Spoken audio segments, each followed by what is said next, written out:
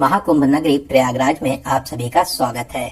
दुनिया के सबसे बड़े धार्मिक सम्मेलन महाकुंभ 2025 प्रयागराज की पावन भूमि में आयोजित होने जा रहा है। आस्था और विश्वास का ऐसा पवित्र संगम जहां एक ही डुबकी से अमृत के समान पुण्य मिलता है। हर 12 सालों में आयोजित होने वाले महाकुंभ में देश और विदेश से करोड़ों लोग शामिल होते हैं। इस बार के महाकुंभ में 40 करोड़ लोगों के शामिल होने का अनुमान लगाया जा रहा है। इस बार का महाकुंभ बहुत ही भव्य और दिव्य होने वाला है।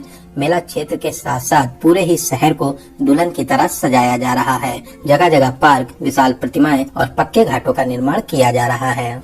13 जनवरी से 26 फरवरी तक 45 दिनों का ये महाकुंभ लोगों की आस्था का संगम रहेगा। कुंभ में शाही स्नान का विशेष महत्व माना जाता है। शाही स्नान के दिन स्नान करने से सभी पापों से मुक्त होकर मोक्ष की प्राप्ति होती है। इस पावन भूमि पर माँ गंगा, यमुना और अदृश्य सरस्वती का पवित्र संगम होता है, जिसे त्रिवेणी संगम कहते हैं। इस संगम में स्नान करने से सभी मनोकामनाएं पूरी होती हैं। प्रयागराज में हर वर्ष माघ मेला, 6 वर्षों में अर्ध कुंभ और 12 वर्षों में महाकुंभ का आयोजन किया जाता है। तो दोस्तों, आज के इस खास और इन्फॉर्मेटिव वीडियो में मैं आपको महाकुंभ 2025 की संपूर्ण जानकारी देने वाला हूं। अगर आप भी इस महाकुंभ में आने की प्लानिंग बना रहे हैं तो आप एकदम सही वीडियो देख रहे हैं। ये वीडियो आपकी बहुत हेल्प करेगा। इस वीडियो में बात करेंगे आप यहाँ तक कैसे पहुँचेंगे, रुकने के लिए होटल, धर्मशाला या टेंट कहाँ पर लेना चाहिए, स्नान और दर्शन का सही तरीका क्या है, यहाँ पर दर्शन करने के प्रमुख स्थान कौन से हैं, और वीडियो के लास्ट में बात करेंगे संपूर्ण बजट की। तो महाकुंभ दर्शन की A to Z complete information के लिए वीडियो को एक बार पूरा जरूर देखें।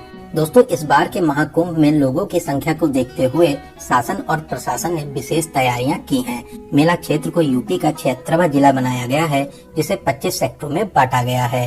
भक्तों की भीड़ एक जगह इकट्ठा न हो, इसके लिए 7 पक्के घाट भी बनाए गए हैं। साथ ही सभी की सुरक्षा के लिए पुलिस, सेना, PAC, NDRF, SDRF, जल पुलिस, पैरामिलिट्री और प्राइवेट पुलिस के लाखों जवान तैनात किए गए हैं। मेले की साफ सफाई और देखरेख के लिए हजारों सफाई मित्र भी सेवा दे रहे हैं। लोगों को आने जाने में कोई भी परेशानी न हो, इसके लिए अलग अलग मार्ग बनाए गए हैं। साथ ही साथ सभी मार्ग पर पार्किंग की विशेष सुविधा भी दी गई है, जिससे सभी लोग कम से कम चलकर घाट तक पहुँच सकें। तो चलिए वीडियो में आगे बढ़ते हैं और बात करते हैं आप प्रयागराज तक कैसे पहुंचेंगे। दोस्तों, प्रयागराज में बहुत से रेलवे स्टेशन बने हुए हैं, जैसे Prayagraj junction, Prayagraj Rambagh, Prayag junction, Naini junction, Prayagraj Sangam, Phaphamau, Jhusi, Prayagraj Chheoki, Bamrauli और सूबेदारगंज। आप अपने शहर से यहाँ के किसी भी स्टेशन तक आ सकते हैं। रेलवे ने यहाँ तक आने के लिए लगभग 3000 मेला स्पेशल ट्रेन भी चलाई हैं। साथ ही साथ रेगुलर ट्रेन भी चल रही हैं। वहीं उत्तर प्रदेश के हर जिले से रोजाना बहुत सी बसेस प्रयागराज के लिए लगाई गई हैं। साथ ही 7000 नई शटल बसेस को भी शहर में चलाया जाएगा। बात करें फ्लाइट की, तो प्रयागराज में भी एयरपोर्ट है। इसके अलावा लखनऊ, बनारस, पटना तक आने के बाद भी आप प्रयागराज तक आ सकते हैं। तो चलिए, प्रयागराज पहुंचने के बाद में अब हम लोग बात करते हैं रुकने के लिए होटल, धर्मशाला या टेंट कैसे बुक करना चाहिए। दोस्तों, महाकुंभ के दौरान शहर के सभी छोटे बड़े होटल, धर्मशाला पहले से ही फुल मिलेंगे, तो आप भी पहले से ही ऑनलाइन बुकिंग करके आइए। आप प्रयागराज रेलवे स्टेशन के पास में, रामबाग स्टेशन के पास में या मेला क्षेत्र से 5 से 6 किलोमीटर दूरी तक आप होटल ले सकते हैं। मेले के दौरान नॉर्मल होटल्स की भी 2000 से 3000 में स्टार्टिंग होगी। वहीं अच्छे होटल 7000, 8000 या 10,000 तक के बजट में मिलेंगे। वहीं दोस्तों, कुंभ मेला में डोम सिटी और टेंट सिटी भी बनी हुई है। अगर आप यहाँ के टेंट में बुकिंग करना चाहते हैं तो आप कुंभ मेला की ऑफिशियल वेबसाइट kumbh.gov.in से कर सकते हैं। ऑफिशियल वेबसाइट पर जो 10 वेंडर दिए गए हैं, इन्हीं से ही आप बुक करें, वरना आप फ्रॉड का भी शिकार हो सकते हैं। यहाँ पर आप लग्जरी, डिलक्स, सेमी डिलक्स और VIP टेंट तक बुक कर सकते हैं। इनकी स्टार्टिंग 8000 से हो जाती है। इसके अलावा मेला क्षेत्र में जगह जगह रेन बसेरा भी बने हुए हैं। कुछ रेन बसेरा फ्री हैं और कुछ में आपको 100 से 200 रुपए पर बेड का चार्ज भी देना रहता है।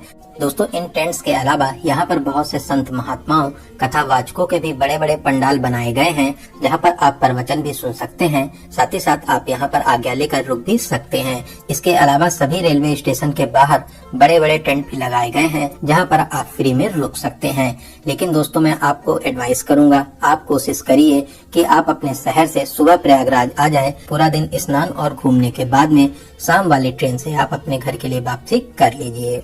दोस्तों एक बात का आपको विशेष ध्यान देना होगा, शाही स्नान के दिन शहर में सभी प्राइवेट वाहन बंद रहेंगे।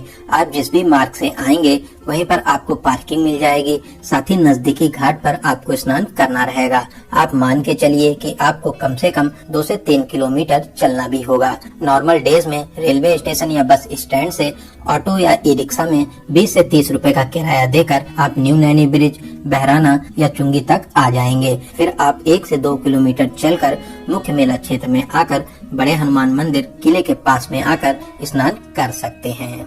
तो चलिए दोस्तों, अब हम लोग बात करते हैं यहाँ पर स्नान करने का सही तरीका क्या है। दोस्तों यहाँ पर जगह जगह साफ सुथरे घाट बने हुए हैं। आप रेलिंग के अंदर रहकर हर हर गंगे का जाप लगाकर आस्था की पावन डुबकी लगा सकते हैं। वहीं दोस्तों इन घाटों पर स्नान करने के अलावा आप अगर चाहें तो नाव के माध्यम से त्रिवेणी संगम के पास भी जा सकते हैं। नाव वाले 150 से 200 रुपए का चार्ज करते हैं। यहाँ पर साइबेरियन पक्षी आपका चहचहाते हुए स्वागत करते हैं।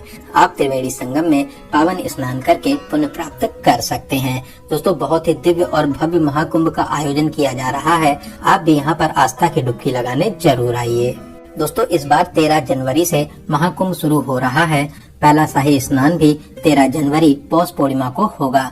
फिर उसके बाद 14 जनवरी मकर संक्रांति, 29 जनवरी मौनी अमावस्या, 3 फरवरी बसंत पंचमी, 12 फरवरी माघी पूर्णिमा और फिर 26 फरवरी को महाशिवरात्रि के दिन अंतिम शाही स्नान रहेगा। इसी दिन के बाद से फिर महाकुंभ की समाप्ति भी हो जाएगी।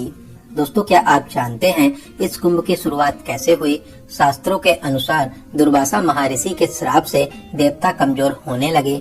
तब देवता विष्णु भगवान के पास पहुँचे। विष्णु जी ने उन्हें असुरों के साथ मिलकर समुद्र मंथन का उपाय बताया। तब भगवान विष्णु ने कछुए का रूप धारण कर मंदरांचल पर्वत को ऊपर रखकर वासुकी नाग को नेति बनाया और फिर समुद्र मंथन शुरू हुआ। समुद्र मंथन से अमृत कुंभ निकला। अमृत कुंभ के लिए 12 दिनों तक राक्षसों और देवताओं के बीच भयंकर संग्राम हुआ। इसी बीच अमृत की 4 बूंदे पृथ्वी पर आ गिरी। ये बूंदे हरिद्वार, प्रयागराज, उज्जैन और नासिक में आ गिरी। तभी इन जगहों पर कुंभ का आयोजन किया जाता है और 12 सालों में प्रयागराज में महाकुंभ का आयोजन होता है। कुंभ के दौरान इन नदियों का जल अमृत के समान माना जाता है। तो दोस्तों यहाँ पर पावन स्नान करने के बाद में अब हम लोग बात करते हैं प्रयागराज में आप और कहां दर्शन कर सकते हैं। दोस्तों यही घाट के पास में ही किला बना हुआ है। किले के अंदर प्राचीन अक्षय वट है। यहाँ पर आप दर्शन जरूर करें। ऐसी मान्यता है वनवास के दौरान राम जी भी यहाँ पर रुके थे। साथ ही साथ किले के अंदर प्राचीन पातालपुरी मंदिर भी है। आप यहाँ पर भी दर्शन आदि कर सकते हैं। दोस्तों यही किले के पास में ही बड़े हनुमान जी का प्राचीन मंदिर भी स्थापित है। यहाँ पर हनुमान जी लेटे हुए हैं। मान्यताओं के अनुसार जब हनुमान जी संजीवनी बूटी लेकर आ रहे थे तब भरत जी ने असुर समझकर हनुमान जी पर बाण चलाया था, जिससे हनुमान जी यहीं पर गिरे थे। दोस्तों बहुत ही दिव्य और अलौकिक मंदिर है। यहाँ पर दर्शन करने से सभी मनोकामनाएं पूरी होती हैं। दोस्तों यहाँ से कुछ ही दूरी पर श्री आदि शंकर विमान मंडपम मंदिर भी स्थापित है, जिसे नौलखा मंदिर कहते हैं। द्रविड़ शैली में बना ये बहुत ही प्यारा मंदिर है। यहाँ पर भगवान विष्णु बालाजी के रूप में विराजमान हैं। साथ ही साथ मंदिर के ऊपर भाग में विशाल शिवलिंग भी स्थापित है। यहाँ पर दर्शन करके आपको बहुत ही अच्छा लगेगा।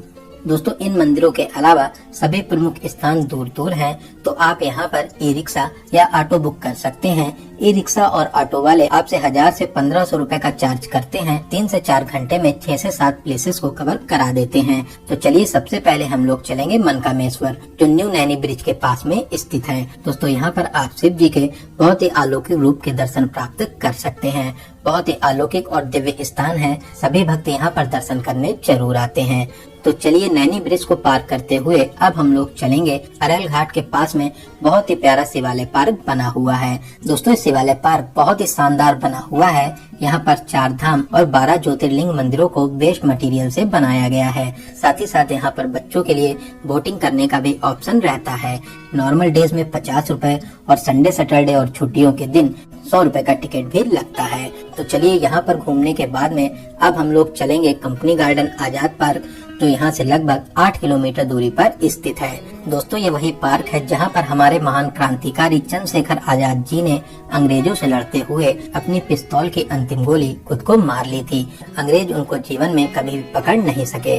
दोस्तों ये पार्क बच्चों के लिए बेस्ट पिकनिक स्पॉट है, साथ ही साथ यहाँ पर बहुत से झूले भी लगे हुए हैं। तो चलिए यहाँ पर घूमने के बाद में अब हम लोग चलेंगे भरद्वाज पार्क और आश्रम, जो यहाँ से कुछ ही दूरी पर स्थित है। दोस्तों यहाँ पर ऋषि भरद्वाज जी की विशाल प्रतिमाएं स्थापित है। साथ ही साथ पार्क को भी बहुत ही प्यारा बनाया गया है। फोटो शूट के लिए ये बेस्ट प्लेस रहता है। तो यहाँ पर आप अपनी यादों के लिए प्यारी प्यारी फोटो शूट भी करा सकते हैं। वहीं यहाँ से कुछ ही दूरी पर आनंद भवन भी है, आप वहाँ पर भी घूमने जा सकते हैं। तो यहाँ पर घूमने के बाद में अब हम लोग फिर से मेला क्षेत्र के पास आ जाएंगे और अब हम लोग चलेंगे अलोपी माता मंदिर, जो यहाँ से मात्र 200 मीटर दूरी पर ही स्थित है। दोस्तों ये बहुत ही प्राचीन मंदिर है, जो माता सती के 51 शक्ति पीठों में से एक है। यहाँ पर दर्शन करने के विशेष महत्व माने जाते हैं। आप मंदिर में प्रवेश कर माता रानी के अद्भुत रूप के दर्शन कर आशीर्वाद प्राप्त कर सकते हैं। तो यहाँ पर दर्शन करने के बाद में अब हम लोग चलेंगे नाग वासुकी मंदिर, जो यहाँ से लगभग 2 किलोमीटर दूरी पर स्थित है। दोस्तों ये प्रयागराज के प्रमुख मंदिरों में से एक है। यहाँ पर भगवान नाग वासुकी विराजमान है। नाग वासुकी जी ने समुद्र मंथन पर नेति अर्थात रस्सी की भूमिका निभाई थी। तो आप यहाँ पर दर्शन करने जरूर आएं। दोस्तों यहाँ से कुछ ही दूरी पर प्राचीन वेणी माधव मंदिर भी स्थापित है। वेणी माधव जी को मेला क्षेत्र का रक्षक और प्रयागराज का मुख्य देवता माना जाता है। आप अपनी लिस्ट में इस मंदिर को जरूर शामिल करें। तो दोस्तों इन सभी प्रमुख मंदिरों में दर्शन करने के बाद में आप शाम वाली ट्रेन या अगले दिन अपने घर के लिए वापसी भी कर सकते हैं। तो चलिए दोस्तों अब हम लोग बात करते हैं सबसे जरूरी क्वेश्चन बजट का। कितने बजट में आप इस पावन यात्रा को पूरा कर लेंगे। दोस्तों अगर आप 2 लोग हैं और आप सेम डे आकर अपने घर के लिए वापसी कर लेते हैं तो आप मान के चलिए कि 3000 से 4000 प्लस ट्रेन टिकट, इतने बजट में आप इस पावन यात्रा को पूरा कर लेंगे। वहीं अगर आप यहाँ पर एक नाइट का स्टे करते हैं तो फिर आप मान के चलिए कि 3 से 4000 रुपए प्लस होटल का किराया प्लस ट्रेन टिकट, इतने बजट में आप बहुत ही अच्छे तरीके से इस पावन यात्रा को पूरा कर लेंगे। तो दोस्तों यहाँ पर मैंने आपको महाकुंभ मेले से रिलेटेड हर एक छोटी बड़ी जानकारी को बहुत ही अच्छे और सही से देने की पूरी कोशिश की है। अगर फिर भी आपके कोई क्वेश्चन रह जाते हैं तो आप हमें कमेंट के माध्यम से पूछ सकते हैं। दोस्तों आपको ये वीडियो कैसा लगा और आप इस वीडियो को कहां से देख रहे हैं, कमेंट बॉक्स में जरूर बताइएगा। अगर आपको वीडियो की जानकारी हेल्पफुल लगी हो तो अपने एक लाइक से हमें मोटिवेट जरूर करें। साथ ही साथ अपने सभी फ्रेंड्स और रिलेटिव में जरूर से जरूर शेयर करें।